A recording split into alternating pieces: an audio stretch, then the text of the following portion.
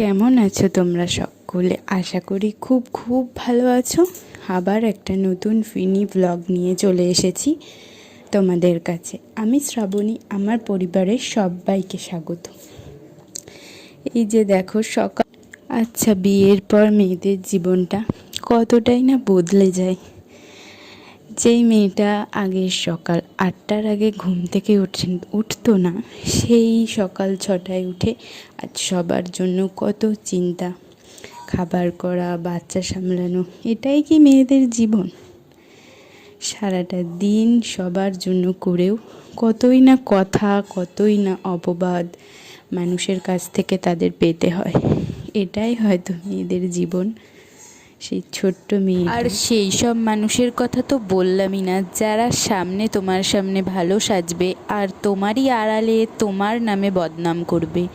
তাই কাউকে বেশি বিশ্বাস করে মনের সব কথা কখনোই বলতে যেও না।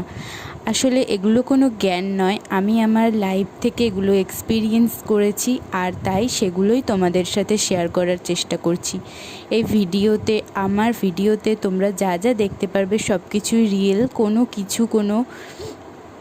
ক্লিপসের কোনো কথাই আমার।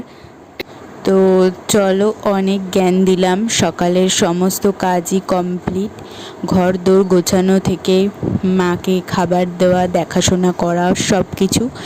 এখন প্রায় সন্ধে হয়ে গেছে, তো আমি বিছানাটা একটু ভালোভাবে গুছিয়ে নিচ্ছি। আসলে কি বলো তো, ঘরটা সুন্দর পরিপাটি করে গোছানো থাকলে দেখবে মনটাও খুব ভালো লাগে, সারাটা দিনও ভালো যায়।